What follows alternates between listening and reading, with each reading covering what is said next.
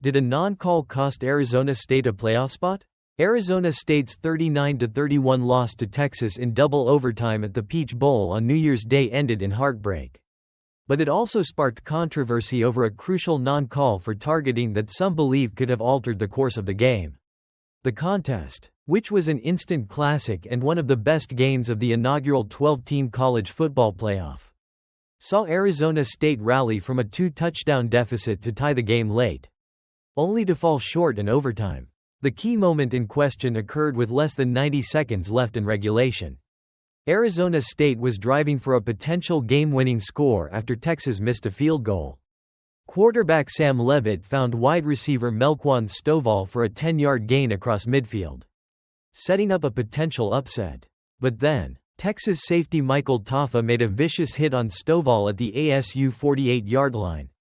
The collision resulted in Stovall being left prone on the field for several minutes after a helmet-to-helmet hit. And fans and analysts alike expected a targeting penalty to be called. However, the officials did not throw a flag, despite Stovall's head snapping back and the clear helmet-to-helmet contact. The booth reviewed the play and ruled it wasn't targeting. As a result, Arizona State was forced to punt on 4th and 5. And their hopes for a late upset were dashed. Was it targeting? Targeting is defined by two key components: launching into a defenseless player and leading with the crown of the helmet.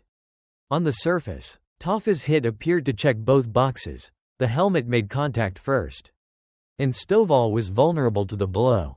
Yet, the officials seemed to focus on whether Taaffe launched or led with the crown of his helmet, which are stricter criteria. Arguably, Taaffe did not launch himself at Stovall, and his helmet may not have led the blow in a textbook sense. However, the spirit of the rule seemed to be violated, as the impact was significant and left Stovall injured. Arizona State's reaction. Arizona State's head coach, Kenny Dillingham, expressed frustration with the call, or lack thereof, after the game.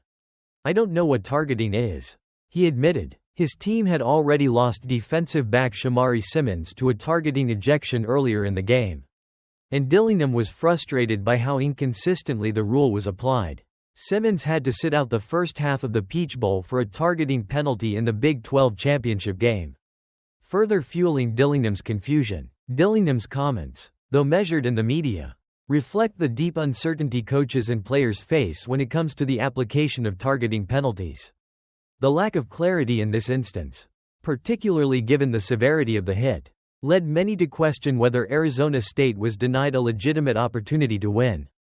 The aftermath. Despite the controversial non-call, it's important to note that Arizona State's victory was never guaranteed. Even if they had received the penalty, with under 90 seconds remaining, they would have faced a long field goal attempt, potentially as long as 52 yards, from a kicker, Karsten Kiefer, who had only recently started to find success. The Sun Devils' struggle with field goal accuracy all season long would have made a potential game-winning kick a nerve-wracking proposition for Kiefer, a redshirt freshman. Still, Arizona State deserved the chance to attempt that kick, and many argue that the lack of a targeting call left them with one less opportunity to pull off the upset. The controversy points to the broader issue of how targeting is enforced, with some arguing that the rule is inconsistently applied and often leads to confusion and frustration on both sides. Conclusion. While Arizona State's loss to Texas in the Peach Bowl wasn't solely due to the missed targeting call, it undeniably played a significant role in ending their hopes for an upset.